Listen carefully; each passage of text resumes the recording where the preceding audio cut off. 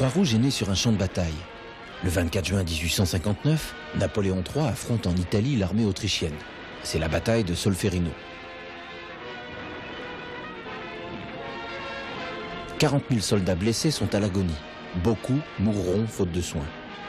Dans l'église de Castiglione, un jeune voix, Henri Dunant, improvise des secours avec la population locale.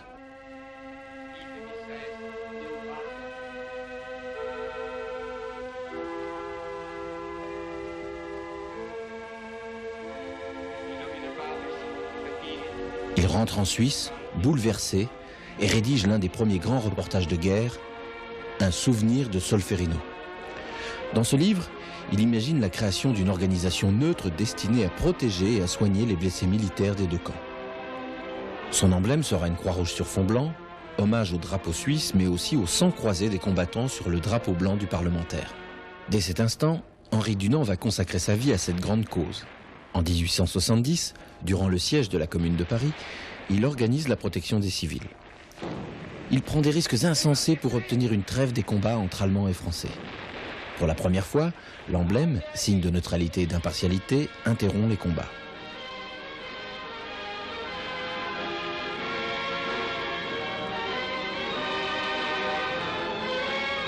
En 1901, l'humaniste qui a la double nationalité française et suisse reçoit le premier prix Nobel de la paix.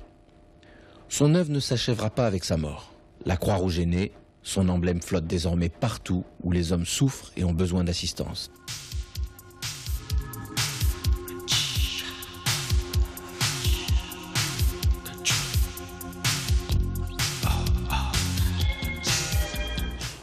La Croix-Rouge est à l'origine des conventions de Genève qui instaurent un nouveau droit, le droit international humanitaire. En 1995, 186 pays sont liés par ces conventions. Ils s'engagent à reconnaître la neutralité des blessés et du personnel sanitaire pendant les combats, à respecter la vie et la dignité des prisonniers. Le Comité international de la Croix-Rouge, le CICR, veille à l'application de ce droit. Il est présent dans les conflits armés, il assure la protection des civils et des soldats blessés, il visite les prisonniers, il organise la recherche des disparus et les regroupements familiaux. En 1995, le CICR est intervenu dans plus de 50 pays. La Fédération internationale réunit 169 sociétés de Croix-Rouge et de Croissant-Rouge. Elle agit lors des catastrophes, famines, tremblements de terre, épidémies, soit directement, soit en coordonnant l'action des sociétés nationales de la Croix-Rouge et du Croissant-Rouge. Il ne peut exister qu'une seule société nationale par pays.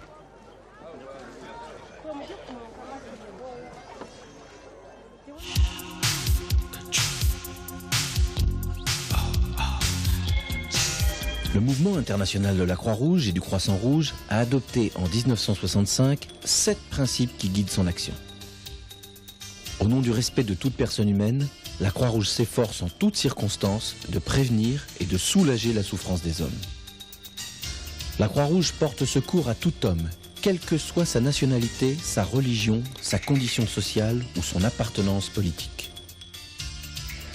Afin de garder la confiance de tous, la Croix-Rouge s'abstient de prendre part aux conflits, aux controverses politiques, raciales, religieuses ou idéologiques. Les sociétés nationales sont autonomes. Elles sont libres de leurs décisions et de leurs actions dans le respect des 7 principes. Chaque société agit dans son pays comme partenaire des pouvoirs publics. La Croix-Rouge est un mouvement de secours volontaire et désintéressé. Elle compte 125 millions de volontaires dans le monde. Il n'y a qu'une seule société de Croix-Rouge ou de Croissant-Rouge dans un même pays. Elle est ouverte à tous et étend son action à l'ensemble du territoire. La Croix-Rouge est un mouvement universel. Les sociétés nationales ont des droits égaux et le devoir de s'entraider.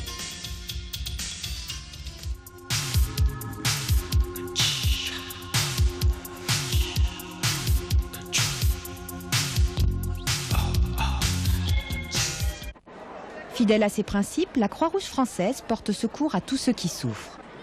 L'une des orientations du mouvement est d'initier le plus de monde possible aux gestes de premier secours. Des opérations de formation aux 5 gestes qui sauvent, à destination des enfants et des adultes, sont organisées dans les villes, devenues pour la circonstance capitale du secourisme. Un un événement comme la Coupe du Monde de football, où des millions de supporters sont attendus, nécessite un grand nombre de volontaires. La Croix-Rouge participe activement sur les 10 sites de la compétition au dispositif de secours. Pendant un mois, ce sont plus de 380 secouristes mobilisés pour la grande fête du ballon rond. Tous ont été formés à ce type de manifestation et assurent leur mission dans l'enceinte même des stades. Pour les équipiers, pas question d'admirer les buts. Dans les infirmeries, sur les gradins ou encore à proximité des accès, on comptera près de 1650 interventions durant les matchs. Certaines villes ont dû mobiliser des volontaires autour des écrans géants, comme ici à Paris. Une masse humaine compacte où il est parfois difficile pour les secouristes de se frayer un passage. Dans le même temps, la Croix-Rouge organise une vaste campagne de sensibilisation contre les mines antipersonnelles et choisit comme parrain David Ginola. L'International définit son rôle comme un soutien aux 2000 personnes frappées chaque mois, dans 70 pays, par les mines antipersonnelles. Il souhaite entraîner sur cette voie l'opinion publique et plus particulièrement le monde du football.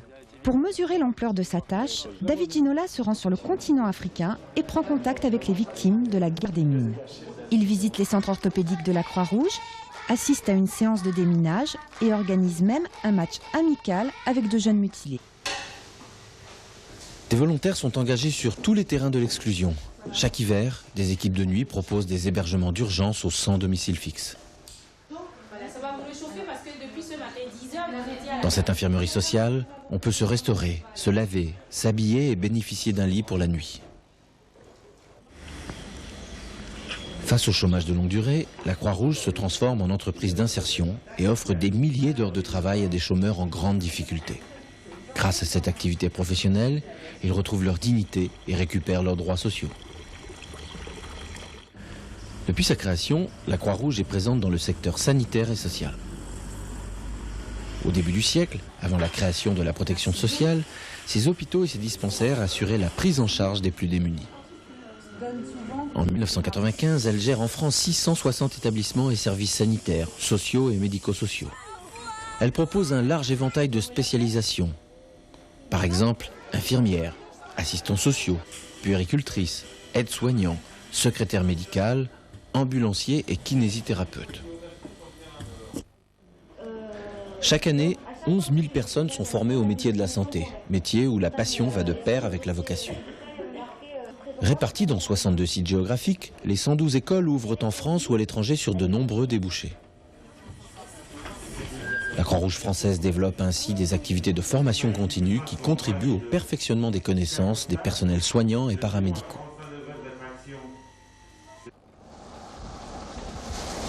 Ex-Yougoslavie, village rasé, campagne désertée, des milliers de familles ont fui les combats laissant tout derrière elles. Dans ce train, affrété par la Croix-Rouge française, 300 tonnes de bois de chauffage et de charbon pour venir en aide à des villages sur les lignes de front.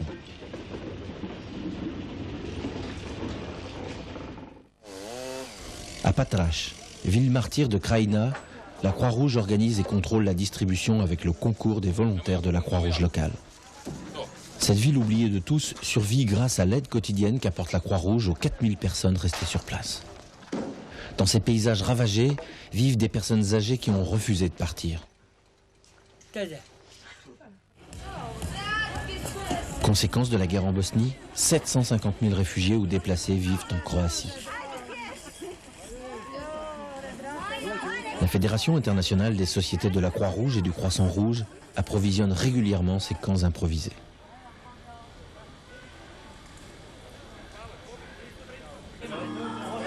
Dans ce centre de transit pour anciens détenus des camps, le CICR travaille au regroupement des familles séparées par la guerre. Ici, malgré des conditions de vie précaires, on commence à reprendre espoir.